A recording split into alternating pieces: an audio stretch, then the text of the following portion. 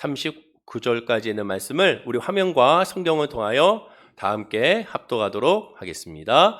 저물어 해질 때 모든 병자와 귀신 들린 자를 예수께 데려오니 온 동네가 그물 앞에 모였더라. 예수께서 각종 병이 든 많은 사람을 고치시며 많은 귀신을 내쫓으시되 귀신이 자기를 알므로 그 말하는 것을 허락하지 아니하시니라. 새벽 아직도 밝기 전에 예수께서 일어나 나가 한적한 곳으로 가사 거기서 기도하시더니 시몬과 및 그와 함께 있는 자들이 예수의 뒤를 따라가 만나서 이르되 모든 사람이 주를 찾나이다. 이르시되 우리가 다른 가까운 마을들로 가자. 거기서도 전도하리니 내가 이를 위하여 왔노라 하시고 이에 온 갈릴리에 다니시며 그들의 여러 회당에서 전도하시고 또 귀신들을 내쫓으시더라. 아멘. 1년이지만 이 짧은 1년 동안 마태, 마가, 누가, 요한복음에 예수님의 생애를 우리가 쫓아가면서 예수님의 사역을 쫓아가면서 주의 복음의 말씀을 우리가 한번 깨달아 알기 원한다고 말씀을 드렸습니다. 그래서 지지난 시간부터 시작하여 예수님은 성령에 이끌려 광야에서 악마에게 시험을 당하시고 그 다음에 지난 시간에는 회개하라 천국이 가까이 왔느니라는 제 첫 번째 예수님의 메시지를 우리가 깨달았으며 또한 예수님은 제자를 부른 후 이제 본격적인 사역을 오늘 본문을 통하여 시작하는 것을 우리가 확인할 수가 있게 됩니다. 그래서 어찌 보면 역사적인 최초의 기독교 교회가 생긴 것이 오늘 본문이라고 저는 생각이 듭니다. 물론 학자들은 오순절 마가 다락방의 성령 강림이 최초의 교회 시작이라고들 얘기하지만 제 개인적으로는 예수님의 바로 지금의 오늘 본문부터가 시작하여 예수님의 교회 공동체가 시작이라고 저는 개인적으로 생각한다는 것이죠. 물론 중요하지 않지만 바로 그렇게 생각한다는 겁니다. 자, 오늘 본문은 예수님께서 하신 사역을, 즉 교회가 해야 할 사역을 크게 세 가지로 설명하고 있습니다. 참고로 마가복음 1장 32절과 35절 본문과 마태복음 4장 23절과 25절은 같은 상황에 대한 말씀입니다. 그럼 왜 마태복음을 보지 않고 마가복음을 보느냐? 마태복음에 있는 말씀보다 같은 상황을 오늘 본문, 이 마태복음보다 오늘 본문 마가복음이 조금 더 자세하게 풀어서 그때 상황을 더 자세하게 우리에게 설명해주고 있기 때문에 마태복음보다 오늘 마가복음을 통하여 당시 예수님의 사역을 우리가 한번 살펴보기 원한다는 것이죠. 그 예수님의 사역은 오늘날 우리 교회의 사역이라고 할 수 있는데 그럼 예수님은 어떠한 사역을 했는가? 마태복음 4장 23절의 한 절을 통하여 우리는 요점 정리할 수가 있습니다. 우리 화면과 함께 읽어볼까요? 자, 시작. 예수께서 온 갈릴리에 두루 다니사 그들의 회당에서 가르치시며 천국 복음을 전하시며 백성 중에 모든 병과 모든 약한 것을 고치시니. 세 가지입니다. 첫째는 바로 무엇입니까? 회당에서 가르치시며 복음을 가르쳤다라는 것이죠. 즉 가르치는, 복음을 전하는 사역, 복음을 가르치는 사역이 예수님과 교회가 해야 할 때 첫 사명이고, 두 번째는 천국 복음을 전파하시며, 천국 복음은 뭡니까? 회개하라 천국이 가까이 왔느니라를 전파하는 거죠. 마지막 세 번째는 백성 중에 모든 병과 모든 약한 것을 고치시며, 즉 치료의 사역이고 구제의 사역이고 봉사와 헌신의 사역을 말합니다. 예수님의 사역은 이 세 가지였고 이 예수님의 사역은 오늘날 우리 교회가 우리 성도님들이 해야 할 사역이죠. 즉 정리하면 세 가지.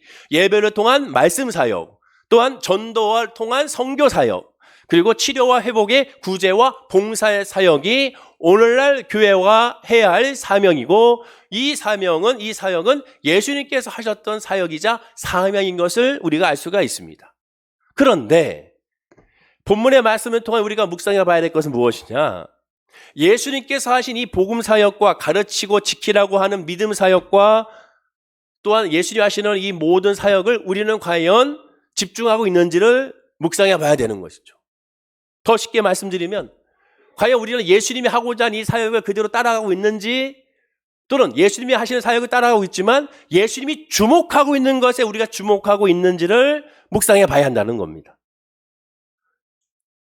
이렇게 생각할 수가 있죠. 우리가 어떤 사람을 두고 믿음이 참 좋다고 표현할 때, 저 사람은 참 믿음이 좋아, 저 사람은 참, 저 성도는 참 믿음 안에 있어 라고 말할 때 우리는 보통 그 사람이 어떠한 것을 통하여 믿음이 좋다라고 표현합니까? 대부분 외적인 거예요. 주일 성수를, 주일 예배를 잘 지리고 11조를 잘 내고 새벽기도 빠지지 않고 또한 어떤 성역 공부 제자 훈련에 빠지지 않고 교회 봉사에 앞장서고 때때로 금식도 하고 기도원 올라가서 기도도 하고 또한 늘 신실하게 교회에서 늘 생글생글 웃으면서 할렐루야라고 외치는 분들, 이런 분들을 통하여 우리는 참 믿음이 좋다라고 말합니다. 그러나 이런 외적인 모습은 어디까지나 믿음 생활을 표현한 것이지 믿음을 평가한 것은 아니라는 사실을 놓쳐서는 안 됩니다. 즉 믿음 생활 잘한다고 믿음이 좋은 것은 아니에요. 믿음 생활 잘한다고 믿음이 좋다라고 100%가 아닙니다. 반대로 믿음이 좋은 사람은 100% 믿음 생활도 좋을 수밖에 없습니다. 그러나 믿음 생활을 통하여 저 사람 믿음이 좋다? 100% 확신할 수가 없다라는 거예요. 그런데 우리는 믿음을 성숙시키기보다는 믿음 생활을 잘하는 목표를 두고 있습니다. 내 믿음 안에 있는 영적인 부분은 눈에 보이지 않은 이 믿음은 형편없는데 불구하고 단순하게 내가 직분 자이기 때문에 믿음 생활을 잘하는 모습으로 포장할 수가 있다는 거예요. 믿음 생활을 잘하기 위하여 모든 믿음을 동원하는 것이 여러분 아닙니다. 반대로 믿음을 위해서 내 믿음 생활을 동원하는 것도 아니에요. 이게 무슨 말장난인가? 그게 아니라 예를 들면 내가 믿음을 지키기 위하여 예배드려야지, 믿음을 지키기 위해서 기도해야지, 기도해서요 말씀을 일독은 해야지, 늘 매일매일 생명의 삶으로 큐티를 하셔야죠. 그래야 믿음이 성장합니다. 100% 진리가 아니라는 거예요, 여러분. 만약에 기도 열심히 하고 말씀 열심히 듣고 예배 열심히 잘 드리면 믿음이 성장한다고, 그것이 만약에 100% 하나님의 진리의 믿음의 교본이라면 예수님을 만나고 예수님을 구원받는 사람은 어느 누구도 그거에 들어갈 수가 없습니다. 한 예로 예수님의 마지막 때 십자가에 달려서 죽었던 한 강도를 보십시오. 그 오르페리드 강도 같은 경우에는 믿음 생활은 빵점이었어요. 낙제죠. 그러나 바로 그 순간 예수 그리스도를 영접했기에 구원을 이룬 겁니다. 그럼 그 사람은 믿음이 있으면 믿음이 있는 거죠. 믿음 생활은 빵점이었으나 믿음이 있었고 그 믿음으로 말미암아 앞으로의 믿음 생활은 승리할 수밖에 없는 겁니다. 이 차이를 아셔야 되는 거예요. 즉 믿음은 주의 은혜입니다. 그래서 믿음은 은혜라는 거예요. 믿음은 은혜이기 때문에 자랑할 수가 없고, 믿음은 은혜이기 때문에 그것으로만 사람들에게 의시될 수가 없습니다. 왜? 나의 조건, 나의 의지, 나의 노력으로 이루어진 것이 아니라 하나님의 선물이기 때문에 그렇습니다. 그러니 은혜 안에 거하는 사람은 믿음으로 말미암아 늘 겸손할 수밖에 없는 거고, 그런 말미암아 늘 하나님 앞에 엎드릴 수밖에 없는 거예요. 주의 은혜가 임하면 그 믿음으로 말미암아 은혜가 임했기에 믿음 생활도 되어질 수밖에 없는 겁니다. 제가 늘 강조하죠. 되어지는 것이다. 되어지는 거예요. 자, 그렇다면 예수님께서 가장 중요시한 사역이 뭡니까? 눈치 빠른 분들은 오늘 목사님 본문 제목이 전도하라는 거구나. 전도하세요. 이제 봄도 다가오고 따뜻해지니까 전도하세요. 그 말이구나. 제가 늘 또 강조합니다. 전도는 은혜가 임함을 하게 되어 있어요. 주의 종들은 성도님들이 은혜가 임할수록 그래서 기도의 목적을 둬야 되는 겁니다. 은혜가 먼저예요. 주의 은혜를 부어주, 성령을 부어줘서 성령이 임하고 은혜가 임하면 하지 말라고 해도 전해지게 되어 있습니다. 나도 모르게 전해지게 되어 있는 거예요. 그것이 성령의 역사고 성령의 열매가 되는 겁니다. 오늘 본문에서 예수님께서 가장 중요한 사역이 뭡니까? 아니, 성경 전체가 주요시하는 핵심 주제가 뭡니까? 레위기 11장 45절이에요. 자, 읽어볼까요? 시작. 나는 너희의 하나님이 되려고 너희를 애굽 땅에서 인도하여 낸 여호와라. 내가 거룩하니 너희도 거룩할지어다. 이게 주제입니다. 레위기의 주제이자 구약의 주제이며, 이 주제를 위하여 예수 그리스도가 이 땅에 오셨고 이 주제 때문에 십자가에 죽으시고 부활하신 게 된 거고, 그러면 성령을 우리에게 보내주신 거예요. 즉 성령에 나오죠. 나는 너희 하나님이 되려고. 하나님의 호소를 보십시오. 짝사랑이잖아요. 하나님은 우리와 관계를 회복하기 위하여 막힌 담을 헐기 위하여 예수님이 이 땅에 오신 것입니다. 거룩이에요. 거룩이 목적이에요. 그것이 모든 성경의 주제입니다. 예수님이 이 땅에 오신 사역의 중심이 바로 이 거룩을 위하여, 예수님의 사역의 중심이 거룩을 위하여 멸시를 당하시고 천대를 당하시고 십자가에서 고통을 당하시고 죽으시고 부활하신 것이라는 사실을 믿어야 될 줄로 믿습니다. 그런데 인간이 어떻게 거룩해질 수 있습니까? 인간은 거룩해질 수가 없죠. 인간이 어떻게 거룩해질 수 있어요? 거룩도 예수 십자가 보혈로 말미암아 거룩이 은혜로 되어지는 거죠. 예수님은 100% 하나님이자 예수님은 100% 인간입니다. 100% 하나님이시지만 100% 인간으로 사셨어요. 우리와 같은 조건과 상황에서 생활하셨습니다. 우리와 같은 감정, 우리와 같은 연약함, 100% 인간이기 때문에 그 모든 것들을 모르시는 것이 아신다고 성경은 말합니다. 좀 더 속된 말로 예수님 우리와 똑같이 똥도 싸고 오줌도 싸고 피곤하면 너 잠을 자야 되고요. 또 배고프면 먹어야 되고 그리고 또한 씻지 않으면 냄새나고 또한 양치 안 하면 입에서 입냄새 나는 존재. 왜? 100% 인간이기 때문에 그렇습니다. 그러나 우리가 깨달아야 될 것은 예수님은 100% 하나님인지 알면서도 100% 인간이라는 사실을 우리는 이렇게 외적인 것만 생각해요.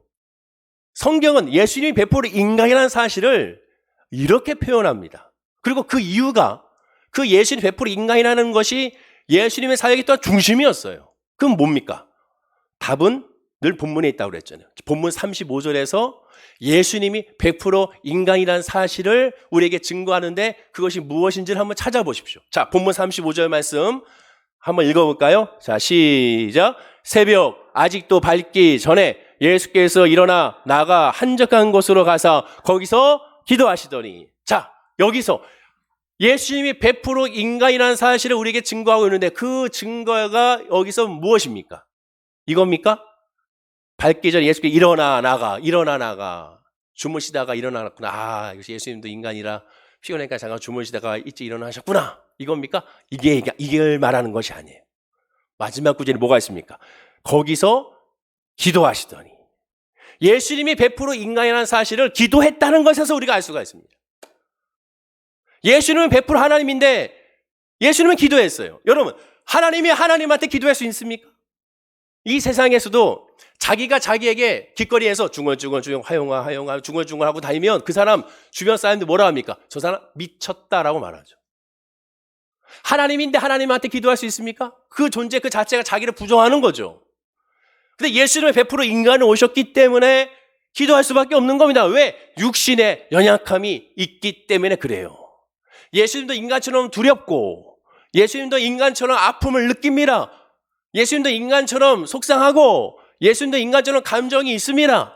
그래서 예수님 십자가 달려 돌아가시기 전에 겟세마네 동산에서 이 잔을 내게서 옮겨달라고 3번 기도할 수밖에 없었던 것이죠. 왜? 100% 인간이기 때문에 그렇습니다. 예수님 하나님께 기도합니다. 동시에 예수님 하나님께 기도하면서 뭘 기도합니까? 하나님의 때를 기다립니다. 넓은 의미로는 십자가에 달려 죽을 때를 기도합니다. 언제입니까? 좁은 의미로는 지금 사람들과의 만남을 가져야 되고 지금 사람들과의 대화를 나눠야 되며 지금 그들에게 기적과 이적을 그들이 원하는데 어떻게 해야 될 것인지 하나님의 때, 카이로스의 때를 기다립니다.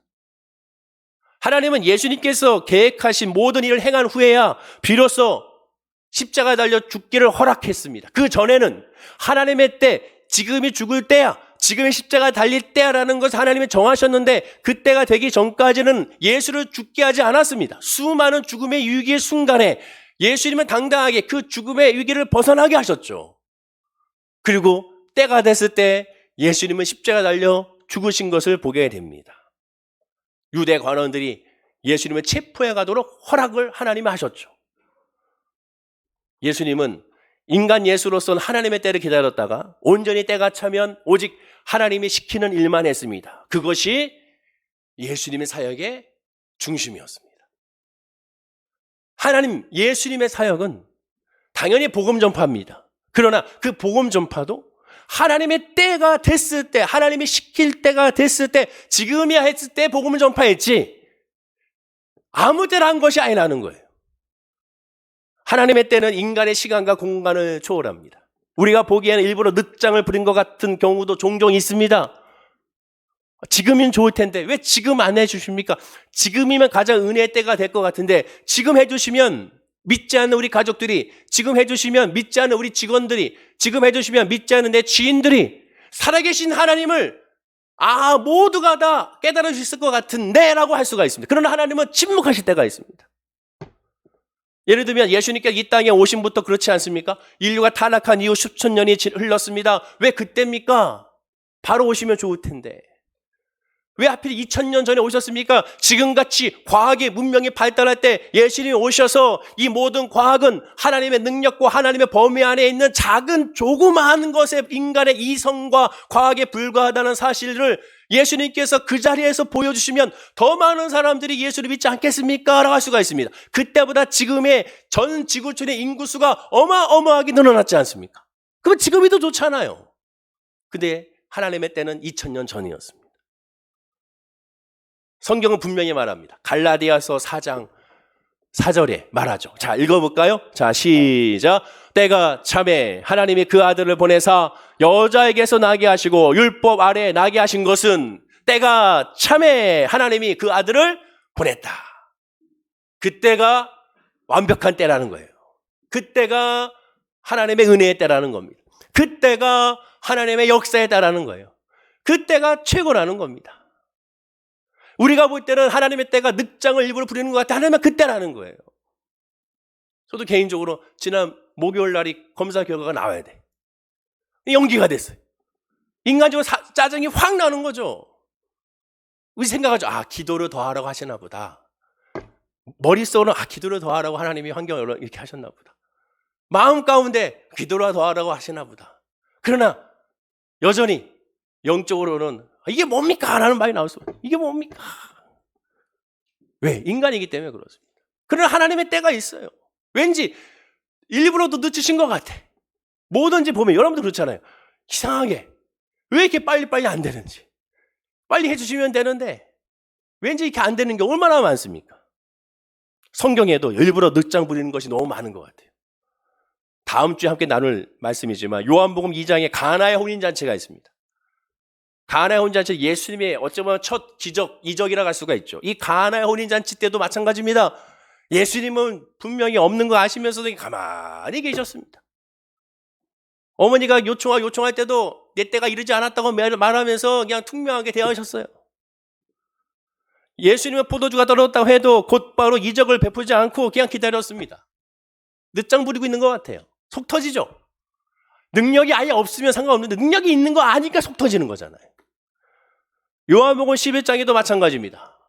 예수님은 무덤에서 나사로를 살려낼 때도 예수님은 일부러 그 소식을 듣고도 나흘이나 지체하고 있습니다. 가족들은 급한데 예수님은 그냥 그 자리에서 계속 계세요. 지금 가도 늦을 것 같은데 예수님은 안 가고 나흘이나 일부러 지체하고 있습니다. 누가복음 8장은 더 속 터져요. 예수님은 회당장 야이로의 딸을 고치러 갈 때였습니다. 야이로 회장장의 딸을 고치러 가고 있는데 중간에 갑자기 혈루증 걸린 여인이 옷자락을 만집니다. 예수님 멈춰요. 내 능력이 나갔다.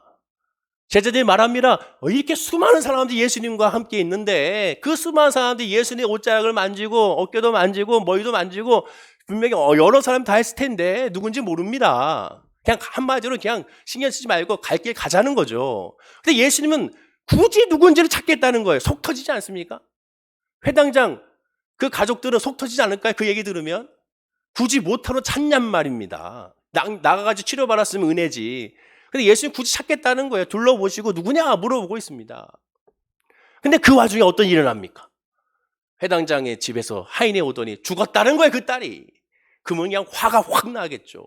저 같았으면 예수님한테도 화를 내겠지만 굳이 옷자락을 만져가지고 능력이 나겠던 이 사진의 이 여인에 대해서 더 그냥 온갖 욕설이 퍼부어질 것 같습니다. 왜? 자기 딸이 그 사이에 죽었으니까.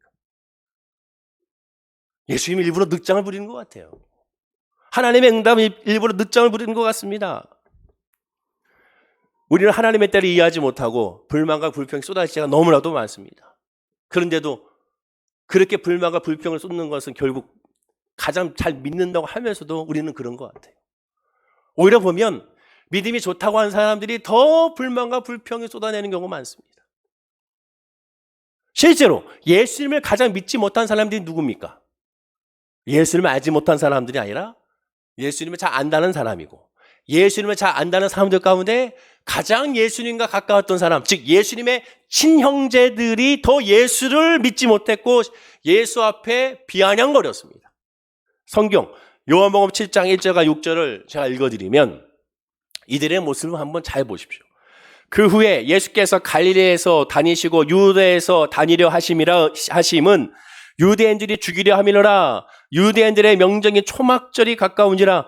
그 형제들이 예수께 이르되 당신이 행하는 일을 제자들보다 보게 여기를 떠나 유대로 가소서. 스스로 나타나기를 구하면서 묻혀서 일하는 사람이 없나니 이 일을 행하려 가거든 자신을 세상에 나타내소서 하니 이는 그 형제들까지도 예수를 믿지 아니함이로라. 예수께서 이르시되 내 때는 아직 이르지 아니하였거니와 너희 때는 늘 준비되어 있느니라 라고 말씀합니다.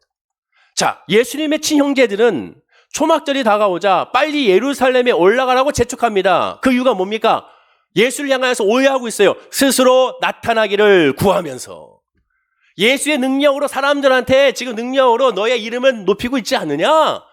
너의 그 놀라운 능력으로 많은 대중들에게 사랑을 받고 있지 않느냐? 많은 대중들에게 칭송을 받고 있지 않느냐? 왜 여기서 하느냐? 기왕이면 할 거. 명절로 다가오니까 저 대도시로 가가지고 예루살렘으로 가서 그 수많은 유대인들에게 너의 능력을 보여서 더 많은 사람들의 칭송을 받고 명예를 높여라! 이 말을 하고 있는 거예요. 누가? 예수님의 가장 알고 있다는 친형제들이. 예수님의 형제들은 예수에게 여러 이적을 행하여 자신을 세상에 나타내라고 말합니다. 능력을 보이려면 기왕이면 사람들이 많이 모여있는 명절에 하자. 유대로 가서 하라 라고 말합니다. 그 이들이 이렇게 말하는 이유가 뭡니까? 성경에 분명히 말하죠. 이는 그 형제들까지도 그 얘기 뭐예요? 다른 사람도 다 그러는데 형제들조차도 예수를 믿지 아니했다는 거예요. 예수가 누군지 모르는 거예요. 눈에 보고 있지만 기적을 경험하고 있지만 예수님과 함께 동행하고 있으나 함께하고 있으나 예수가 누군지 모르는 겁니다. 얼마나 무서운 말씀이에요. 자기들의 형인 예수님이 죄에서 인간을 구원하러 오신 메시아라는 것을 전혀 믿지 못하고 그저 세상에서 자기의 명성을 높이고 그것으로 말미암아 물질의 복을 받고 그것으로 세상의 명예의 복을 받고 그것으로 잘 먹고 잘 살기 위한 목적으로서 옆에서 뭔가 콩고물에 떨어져 먹기를 바라는 이 형제들의 모습을 우리는 살펴볼 수가 있고 실제로 제자들도 그랬고 제자들도 어머니도 당신의 나라에 임할 때 누가 당신의 오른편에 있게 하겠나이까? 라고 질문하는 것을 우리는 성경을 통하여 확인할 수가 있죠. 성경에 말합니다. 예수께 이르되 당신이 행하는 일을 제자들도 보게 여기를 떠나 유대로 가소서. 이때도 예수님은 일부러 늦장을 부리시는 것 같습니다. 예수님의 답이 뭡니까? 요한복음 7장 8절에서 9절이죠. 자, 이 말씀 읽어볼까요? 시작. 너희는 명절에 올라가라. 내 때가 아직 차지 못하였으니 나는 이 명절에 아직 올라가지 아니하노라. 이 말씀을 하시고 갈릴리에 머물러 계시니라. 예수님은 계속 말씀하는 게 특징이 뭡니까? 내 때가 이르지 않았다. 이 얘기는 거꾸로 얘기하면 하나님이 허락하지 않았다는 거예요. 내 때가 이르지 않았다. 내 때가 이르지 않았다. 예수님은 오직 하나님의 뜻대로 행했습니다. 완벽한 때와 완벽한 장소에서 하나님의 방식으로 예수님은 일을 하셨어요. 예수님 스스로 고백하지 않습니까? 하나님의 기뻐하시는 행함으로 주와 나와 함께 하시도다라고 말합니다.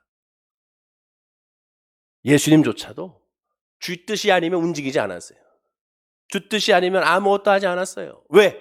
예수님이 하고자 하는 이적과 기적은 예수가 그리스도 메시아임을 드러내는 그런 모습입니다. 정체성을 확인하는 통로지 그 자체가 아니기 때문에 그렇습니다. 만약에 예수님이 이 땅에서 인간적인 명예를 높이려고 했다면 어떻게 하면 됩니까? 사람들의 요구를 그대로 들어주면 됩니다. 그 즉시로 현장에 달려가면 됩니다.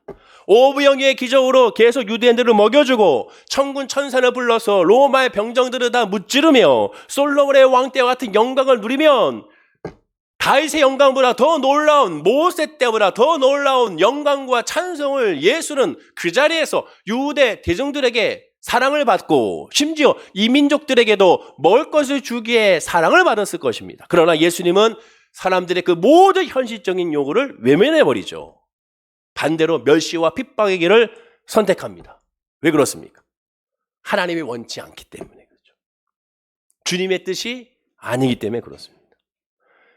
하나님의 뜻은 구세주 하나님 예수만 드러나게 하는 것이었고 그것도 십자가에서 죄를 지고 죽는 것으로 드러내길 원하셨습니다. 광야에서 사단이 예수님을 시험했던 핵심이 뭡니까? 하나님의 뜻을 버리고 하나님의 통치를 받지 말고 나의 통치를 받으면 네 뜻대로 행하라가 바로 사단의 핵심이었지 않습니까? 사람들이 원하는 것을 다 주라는 거예요. 가룟 유다가 원했던 것이 뭐예요? 예수님께 원했던 건 뭡니까? 지저스 크라이스트 슈퍼스타잖아요. 우리 그 뮤지컬을 보지 않습니까?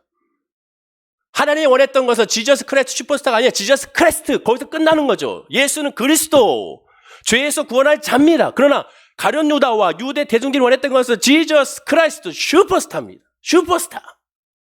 대중들의 인기 있는 영웅이 되기를 원했던 거죠. 이제 곧 3월 9일이면 대선이고 6월 1일이면 지방선거입니다. 정치인들이 인기를 누리기 위하여 대중들이 원하는 것을 채워주려고 하죠. 먹고 마시고 입고 이익을 주는 온갖 많은 공약들을 여야 할 것 없이 다 내세웁니다. 왜 그렇습니까? 그래야 인기가 있으니까. 예수님이 대중들이 인기를 원했다면 그들이 원하는 것을 해주면 됩니다. 그러나 예수님은 그렇지 않았어요. 왜? 주님이 원치 않는, 하나님이 원치 않는 것이기 때문에 그렇습니다. 반대로 예수님은 다른 걸 선택하죠. 이어지는 7절에 이렇게 말하죠. 자, 읽어볼까요? 시작. 세상이 너희를 미워하지 아니하되 나를 미워하나니 이는 내가 세상의 이들을 악하다고 증언함이라. 예수님 반대입니다. 오히려 사람들이 미워할 수밖에 없다는 거예요. 왜? 악하다고 증언한다고. 악하다고 증언한다는 거예요. 회개하라, 천국이 가까이 왔느니라고 선포한다는 겁니다. 이 악은 도덕적인 악이라고 말씀을 드렸어요. 앞뒤 문맥을 보면 하나님의 때를 기다릴 줄 모르고 아무 때나 무조건 자기 기분대로 행하는 것. 형제들에게 말하잖아요. 내 때가 아니야. 근데 너희 때는 언제나 할 수가 있어. 내 때는 아니야. 하나님의 때를 기다릴 줄 모르고 아무 때나 자기의 기분대로, 자기의 소원대로, 자기가 원하는 데 행하고 있는 것에 대하여 믿는다고 하면서 하나님을 무시하는 것에 대하여 예수님은 지적하고 있습니다. 자, 그러면 하나님의 때를 어떻게 우리가 기다리고 아멘할 수 있을까요? 답은 어디 있습니까? 본문에 있다. 이미 서두에 말씀드렸죠. 어떻게 하면 됩니까? 예수님처럼 기도하면 되는 거예요. 다시 본문으로 돌아가 보십시오. 예수님은 그 전날 저녁에 많은 병자와 귀신 들린 자를 고쳐주었습니다. 그러니 소문이 날 수밖에 없죠. 온 동네가 소문났습니다. 소문에 사람들이 몰려들었습니다. 상당히 오랜 시간 동안 성경의 표현대로 다른 복음서에 보면은 해질녘까지 예수님은 그들을 고쳐줬습니다. 밤 늦도록 그들을 고쳐줬습니다. 인간 예수기에 당연히 피곤할 수밖에 없죠. 그럼에도 다음날 아침 해가 뜨기도 전에 아직 어두울 때 일어나 한적한 곳에 기도하러 갑니다. 제자들은 퍼 자고 있을 때 예수님은 일어나 예수님 기도하러 가셨습니다. 예수님이 어디 계시는지 제자들은 몰랐다고 성경은 말하고 있어요. 그 순간 동네 사람들은 이른 아침부터 예수를 만나러 모여들었습니다. 분명 치유받지 못한 환자나 귀신 들린 사람들이 남아있을 것이며 소문을 듣고 멀리서 왔을 것입니다. 그래서 제자들은 사람들이 몰려오자 예수를 찾았는데 같이 없는 거죠. 그래서 찾으러 돌아다닙니다. 그리고 겨우 예수님을 찾아서 이렇게 말하죠. 모든 사람들이 당신을 찾나이다. 모든 사람들이 주를 찾나이다. 그러니 어서 빨리 기도를 마치고 내려가자는 거예요. 예수님의 3년의 공생의 기간을 보면 정말 눈코 뜻 없이 바빴습니다. 예수님 말씀처럼 머리 둘 곳이 없었던 예수님의 사역이었죠. 가는 곳마다 사람들 귀신 들린 자를 만났고 병 고친 사람들을 만났고 치료해 줬으며 천국에 대한 메시지를 선포했습니다. 가는 곳마다 사람들이 늘 주변에 있었죠. 오병이어의 기적이 일어나지도 않았는데 2만 명의 사람들이 예수님께 모였습니다. 즉 예수님은 온종일 그들의 말을 들었으며 세상의 소음을 들으며 살할 수밖에 없었습니다. 그리고 예수님은 유일하게 새벽 미명에 한적한 곳을 찾아 혼자 있는 곳에 가셔서 제자들도 모르는 그곳에 가셔서 기도하셨습니다. 세상의 소음이 차단된 곳에서. 그리고 예수님의 기도는 그곳에서 하나님 앞에 부르짖고 간구했겠죠. 그럼 무엇을 부르짖고 간구했을까요? 성경에 이미 답이 나오잖아요. 하나님의 때를 구하고 하나님의 역사를 구하는 겁니다. 기도의 중심은 뭡니까? 하나님과 1대1의 관계예요. 세상의 소음이 들리지 않고 세상과 영향이 없는 곳에서 하나님의 뜻을 묻는데 그것이 기도입니다. 제가 늘 얘기하죠. 기도는 하나님의 뜻을 구하는 거고 하나님의 뜻에 아멘하는 것이며 하나님과 맞춰가는 것이 기도다. 하나님이 지정한 때 예수님 보내시는 곳으로 가서 예수님이 하나님의 시키신 일만 예수님이 하고자 하는 목적이 기도의 목적이었습니다. 예수님이 현실적인 문제를 들고 와서 예수님이 정한 때 예수님이 원하시는 방식으로 해결해달라고 구한 것이 아니라 하나님의 때를 구하고 하나님의 방법을 구하고 하나님이 원하시는 게 무엇인지, 이 상황에 하나님의 역사가 무엇인지를 구하는 것이 예수님의 기도였습니다. 반면 우리의 기도는 어떻습니까? 기도할 때도 세상의 소음에 늘 쌓여 있죠. 온갖 생각으로 꽉 들어서 있습니다. 기도하면 할수록 더 흔들리는 경우가 너무 많습니다. 기도를 한적한 곳에 하라는 의미가 아니에요. 아무도 없는 곳에 기도하라는 의미가 아닙니다. 그 마음 자세를 얘기하는 것이죠. 예수님의 기도는 하나님의 때를 기다렸습니다. 나의 마음과 나의 때를 없애는, 나의 방법을 없애는 기도를 예수님 하신 거죠. 그 대표적으로 겟세마네 기도가 그 대표지 않습니까? 유일하게 예수님이 한정한 것에서 기도한 내용이, 그 내용이 무엇인지 알려주는 것이 겟세마네 동산에서의 기도잖아요. 그 기도도 내 뜻대로 마옵시고 아버지의 뜻대로 하길 원하나이다 라고 말하고 있지 않습니까? 그렇다면 평상시의 모든 기도도 하나님의 뜻을 구하는 기도였다는 것이잖아요. 본문에서 예수님에게 아침부터 사람들이 몰려들 정도라면 틀림없이 어저께 다 못 고침 받은 사람들이 많았을 것입니다. 또는 천국 복음에 대하여 더 듣고 싶은 사람도 있었을 것이에요. 그런데도 예수님은 바로 움직이지 않았습니다. 내가 빨리 가야지. 내가 그들에게 얼른 내가 만나줘야지. 기도를 다 마친 후고 나서 그대야 움직입니다. 하나님의 때가 돼야 움직였어요. 하나님의 때가 아직 안 됐는데 우리 인간이 아무리 아둥바둥 해봐야 아무런 역사가 나타나지 않습니다. 하나님 안 돼 하면 안 되는 거예요, 여러분. 그 안 되는 것을 어떻게 되려고 그냥 믿음 충만, 성령 충만으로 믿습니다 하고 할 수 있다 하면 된다고 해봤자 아무 소용이 없습니다. 하나님 안 돼 하면 거기서 순종해야 되는 거예요. 기도를 통해 하나님의 뜻을 구함으로 말미암아 그 은혜를 구해야죠. 우리도 예수님처럼 반드시 하나님과 둘이서 한적하게 만난 시간이 있어야 됩니다. 또 강조하지만 혼자서 골방에 들어가 기도하는 의미 아니에요. 성경에 골방에도 기도한다는 그런 의미가 아닙니다. 이제 기도원에서 한적하게 기도해야지, 자칫 그렇게 기도하다가 큰일 날 수 있어요. 여기서 말하는 기도는 하나님만 집중하는 기도를 말하는 겁니다. 하나님의 뜻을 구하고 하나님의 마음을 구하는 기도죠. 지금 이 환경에, 이 아픔에, 이 상처에, 이 어려움에, 이 질병에, 이 어리석은 나에게 하나님의 뜻을 좀 알려주세요. 어떻게 해야 됩니까? 난 모르겠어요. 하나님 알려달라고 구하는 겁니다. 하나님의 때를 말하니까 늘 우리는 우리의 생각보다 하나님의 응답이 늦는 것만 생각합니다. 그런데 유일하게 예수님은 급하신 적이 있어요. 언제 급했는가? 성경에 보면 성전의 장사치와 환전상을 쫓아낼 때를 보십시오. 그때는 너무나도 급하게 행동하셨습니다. 그렇게 느그랬던 분이 어마어마한 액션을 그 자리에서 보여주시죠. 바리새인들 앞에서는 평상시에 보이지 않았던 세상에 욕을 하셨습니다. 독사의 자식들아. 헬라어로 보면, 당시 아람어로 보면 욕이에요. 욕. XX야 이 말입니다. 또한 예수님의 급하지 않고 유하지 않고 급했던 그러한 사건이 가장 크게 드러나는 것이 사마리아 여인을 우물가에서 만나는 사건입니다. 예수님은 갈릴리로 가야 됩니다. 근데 유대에서 갈릴리로 가려면 사마리아로 거쳐서 가면 3일이면 되지만 유대인들은 사마리아인과 상종하지 않기 때문에 일부러 돌아서 가기 때문에 7일을 걸린다고 합니다. 근데 예수님은 나 갈릴리로 갈 건데 나는 사마리아를 통과하여 갈 거야 라고 제자들에게 말하죠. 일부러 간다는 거예요. 그러니까 제자들이 말려요. 왜 걸로 갑니까? 걸로 가면 안 됩니다. 예수님은 아니야, 나 일로 갈 거야. 뭐가 그렇게 급한 일이 있는지 사마리아 통과하여 갈릴리로 간다는 거예요. 그러면 그 이유가 뭡니까? 단순한 시간 절약인 거 아니에요. 사마리아에서 만날 사람이 있었던 거죠. 불쌍한 여인을 만나 복음을 전하기 위한 것이었습니다.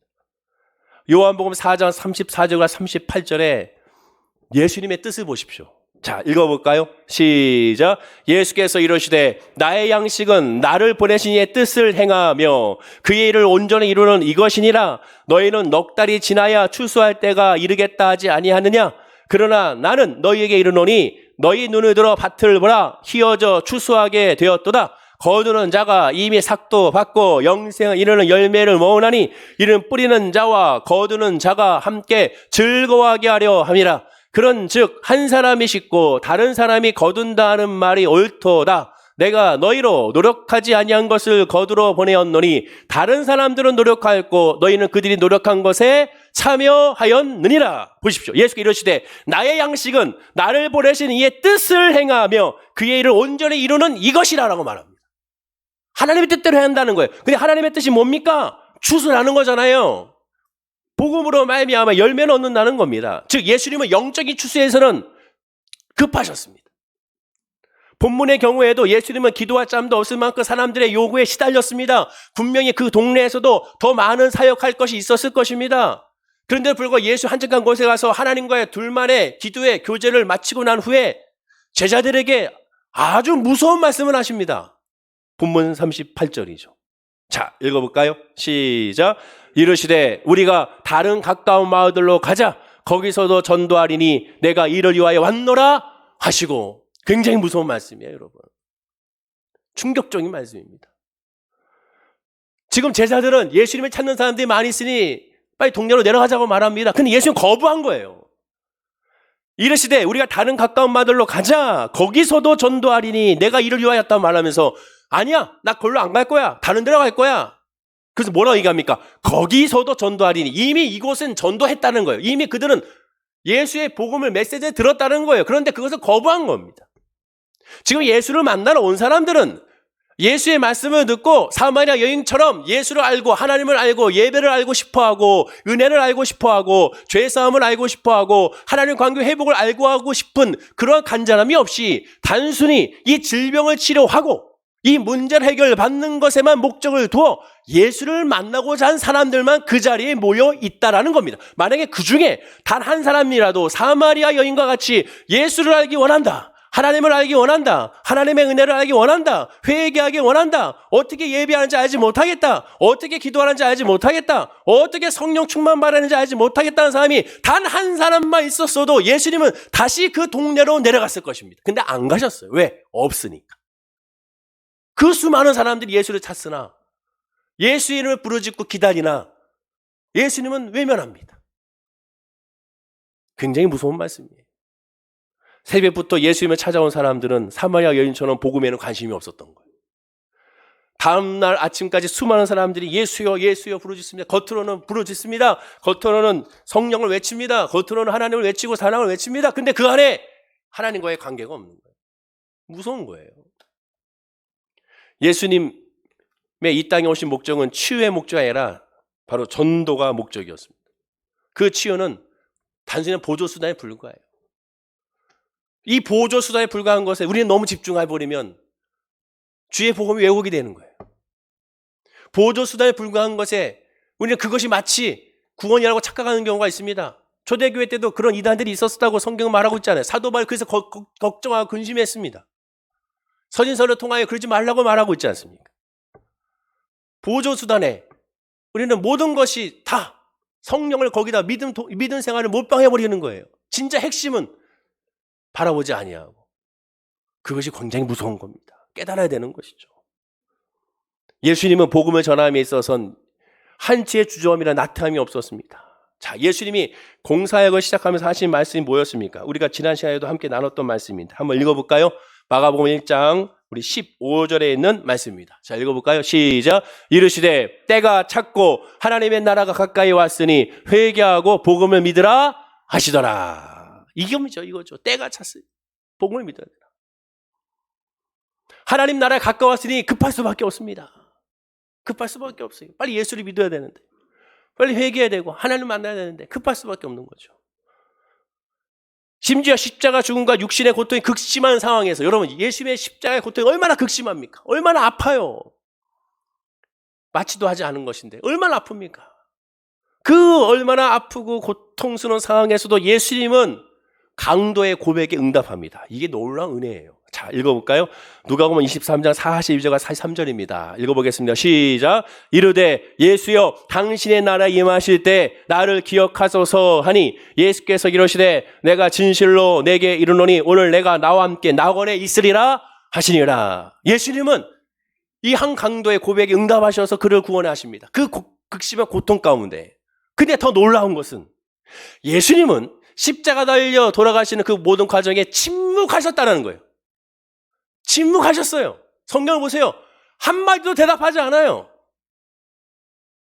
군인들의 조롱에, 멸시에, 군인들의 질문에 한마디도 대답하지 않아요.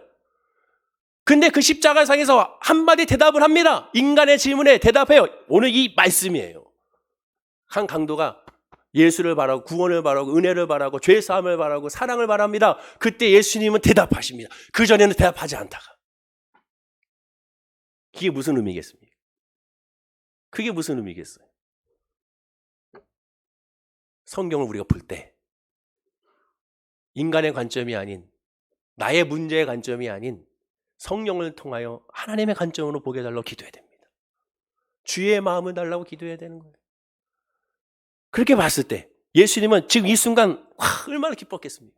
대답하지 않다가 바로 이때 대답합니다. 물론 이 대답하기 전에 딱 한 번 대답한 적이 있어요. 그때 언제입니까? 십자가상에서 고통당하기 전에 십자가를 끌고 골고다 언덕 올라갈 때 계속 예수의 어머니와 여인들이 울고불고 난리 나니까 너무 답답하셨는지 뭐라고 말합니까? 나를 위하여 울지 말고 너와 내 자녀를 위하여 울라. 그 말하고 그 이상 이제 끝. 침묵하시죠. 하나님 나라에 씨를 뿌리고 열매 맺는 일에 비유하면서 예수님은 말씀합니다. 마가복음 4장 29절에 열매가 익으면 곧 낫을 되나니 이는 추수 때가 이르렀습니다. 열매가 익으면 곧 낫을 된다. 바로 이 강도가 예수를 만나고자 하는 열매가 익어지니까 바로 낫을 되시지 않습니까? 구원을 선포하고 내가 낙원에 이르리라. 복음을 전하고 추수하기에는 절대 예수님 느긋하지 않았습니다. 오직 하나님의 은혜, 하나님의 역사에 정확하게는 하나님께 맡긴 모든 영혼이 새 생명을 얻는 거에서만 집중하셨어요. 요한복음 6장 39절 40절에 또 다시 뜻이 나옵니다. 하나님의 뜻. 자, 그것이 뭡니까? 자, 읽어볼까요? 자, 시작. 나를 보내신 이의 뜻은 내게 주신 자 중에 내가 하나도 잃어버리지 아니하고 마지막 날에 다시 살리는 이것이니라. 내 아버지의 뜻은 아들을 보고 믿는 자마다 영생을 얻는 이것이니 마지막 날에 내가 이를 다시 살리라 하시니라. 또 하나님의 뜻을 얘기하지 않습니까? 나를 보내신 하나님의 뜻은 내게 주신 자 중에 내가 하나도 잃어버리지 아니하고 마지막 날에 다시 살리는 구원이다. 내 아버지 뜻 또 얘기합니다. 내 아버지의 뜻은 아들을 보고 믿는 자. 아들을 보고 믿는 자. 누구? 예수를 보고 믿는 자. 다른 것을 보고 믿는 자. 예수님만이 길이요 진리요 생명이니까 예수를 믿고 아들을 보고 있는 자만 영생을 얻는 이것이다. 하나님의 뜻에 예수님은 순종하고 그 뜻대로 행하신 거예요. 말씀을 맺겠습니다. 우리가 생각할 때 이것은 좋을 수가 있어요. 야, 이건 하나님의 은혜야. 이건 당연히 하나님 좋아하실 거야. 이건 당연히 하나님의 영광이지. 이건 당연히 주님께 원하시는 거 해야 돼 하는 경우가 의외로 굉장히 많아요. 근데 하나님은 아니라고 하는 경우도 많다는 사실을 알아요. 그래서 영적인 분별력이 필요합니다. 대표적인 예가 뭐예요? 사도행전 16장에 보면 사도 바울이 복음을 전하러 다닙니다. 1차, 2차, 3차 선교여행 다니잖아요. 아시아에 복음을 전해요.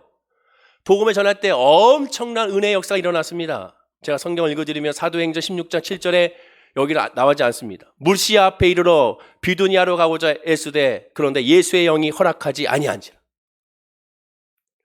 아시아로 계속 복음을 전하러 가고 하자는데 예수의 영 허락하지 하나님이 막았어요. 안 돼. 그러자 또 가려고 막 노력합니다. 이어지는 10절에 바울이 그 환상을 보았을 때 우리가 꼭 마게도로 떠나기를 힘쓰니 예수의 영이 허락하지 않는 환상을 봤으면 가지 말아야죠. 근데 그가 또 마게도나로 떠나기를 힘썼습니다. 그러자 또 하나님께서 또 말씀하십니다. 하나님이 하지 말라고 또 말씀하십니다. 아니다. 근데 또 노력해요. 또 가려고 또 했으니까 또 하나님이 나타나셔서 하지 말라고 말합니다. 그제서야 포기하죠. 그럼 왜 이렇게 되느냐? 예수의 영이 허락하지 아니했을 때 바로 위에 있는 9절 본문 5절에 이렇게 말합니다. 이에 여러 교회가 믿음이 더 굳건해지고 수가 날마다 늘어가니라. 여러분, 사도 바울이 아시아에 복음을 전할 때 여러 교회가 수가 늘어나고 성도 수가 늘어났어요. 누가 보더라도 성령 충만하잖아요. 그러니까 더 사도 바울은 아시아에 복음을 전하려고 했어요. 근데 예수의 영이 아니라고 했습니다. 우리가 봤을 때는 교회 수가 늘어나고 성도 수 늘어나는데 이건 당연히 하나님이 기뻐하시고 좋은 일이잖아요. 이 행사는 하나님 좋아하시는 거잖아요. 수많은 사람들이 꽉 찼지 않습니까? 당연히 이 행사를 해야 되는 겁니다. 이 프로그램 해야 되는 거예요. 근데 하나님은 원치 않는 때가 있다니까요. 아니야. 우리는 분별해야 되는 거예요. 그래서 늘 하나님 앞에 엎드려야 됩니다. 그게 또 무서운 거예요. 내가 주님의 뜻에 어긋날까 봐. 하나님 원치 않는 것을 할까 봐. 특히 이 코로나19 시국엔 더 그렇습니다. 하나님 원치 않는 걸 할까 봐. 그래서 더 기도해야 되는 거예요. 하나님 알려주십시오. 성령을 거스르지 않도록 어리석은 우리에게 알려주십시오. 깨닫게 하옵소서. 사도 바울에게 알려준 것처럼 우리에게도 알려주옵소서. 기도해야 되는 거예요. 예수님은 복음을 위하여 이 땅에 오셨습니다. 그리고 그 복음으로 말미암아 충만했을 때 하나님은 나머지 모든 것을 역사하십니다. 우리가 먼저 주목해야 될 것은 그 복음에 집중해야 되는 거예요. 나머지가 아니라 복음이 먼저입니다. 잠언서 3장 6절에 솔로몬은 분명히 말하잖아요. 우리 잘 알고 있지만 잘 모르는 것 같습니다. 자, 뭐라고 말합니까? 읽어볼까요? 시작. 너는 범사에 그를 인정하라. 그리하면 내 길을 지도하시리라. 아멘은 나오지만 범사에 그를 인정하고 있습니까? 정말로. 아멘하고 있나요? 범사에 그를 인정하는 뭐예요? 하나님의 때를 구하고 하나님의 방법을 구하고 하나님의 역사를 구하고 하나님이 멈추면 멈추고 하나님은 가라 하면 가고 해야죠. 근데 우리는 그렇게 못한다. 왜? 하나님께 맡기지 못하기 때문에 그렇습니다. 내가 하려고 하니까 안 되는 거죠. 하나님께 기도로 맡긴 후 하나님의 때를 구하고 왜 그렇습니까? 하나님께 구하고 알려주십시오. 구하고 조급해지지 않게 하옵소서. 구하고 나에게 평안을 주십시오. 라고 구하고 당장 눈에 손해 보이는 것 같지만 손해가 아니라는 사실을 확신한 채 믿음으로 전진해 나아가는 그런 역사가 저와 여러분에게 있어야 될 줄로 믿습니다. 그리고 기도에서 중요한 것은 모든 문제를 하나님께 내어 맡기고 하나님이 지금 나에게 원하시는 무엇인지를 깨닫는 거예요. 예수님과 함께 예수님의 일을 하는 자는 결코 급해질 수가 없습니다. 왜? 하나님이 하신다는 알기에 급해질 수가 없죠. 그리고 거기서 우리는 자유해냅니다. 예수님과 함께 제자들이 배를 타고 건너가려고 했어요. 갈릴리 바다를. 그때 예수님은 폭풍과 몰아쳐 뭐 하고 있습니까? 주무셨어요. 그럼 우리도 같이 잘 수 있는 믿음이 우리에게 있어야 되는 거예요. 물이 들어오는데 예수님은 주무십니다. 그럼 우리도 같이 자야 되는 거예요. 주여 나에게 그런 믿음을 주십시오. 질병의 소식이 들렸을 때 당장에 응답이 없다고 실망과 좌절하는 것이 아니라 하나님의 때가 있음을 확신한 채 같이 우리가 동참할 수 있는 것이 우리의 믿음입니다. 주여 나에게 그런 믿음을 주십시오. 사업의 문이 열리지 않고 직장의 문이 열리지 않을 때 요동치는 것이 아니라 하나님의 때를 구하면서 우리도 그 길을 같이 동참할 수 있는 은혜를 달라고 구하는 것이 그것이 우리의 기도의 믿음이 되어야 될 줄로 믿습니다. 성경은 분명히 말합니다. 거기서도 전도하리니 내가 이를 위하여 왔노라. 무엇보다 이 모든 일을 하나님이 알아서 하고 계심을 알고 있으면 직접 체험하고 있다면 어떻게 급해질 수가 있습니까? 하나님을 바라보면서 하나님의 때를 기다렸다가 온전한 때가 채면 하나님의 시키기만 하는 것 그것이 예수님의 사역이고 저와 여러분의 믿음이 되어야 될 줄로 믿습니다. 오늘 말씀을 통하여 저도 그렇고 우리 월계순목교 모든 성도님들이 하나님의 은혜를 구하는 이 한 해, 하나님의 은혜를 구하는 이 한 주, 하나님의 은혜를 구하는 이 한 달 그리고 주 뜻대로 살기로 했네는 찬송의 가사가 정말 우리 신앙 고백이 되는 그리고 그로 말미암아 상상할 수 없는 놀라운 은혜와 섭리가 우리 믿음 가운데 간증으로 펼쳐나가는 우리 모든 성도님이 되기를 간절히 축원하고 기도드립니다. 기도하겠습니다. 아버지 하나님 감사합니다. 예수님과 함께 예수님의 일을 하고 있는 자는 결코 급해질 수가 없습니다.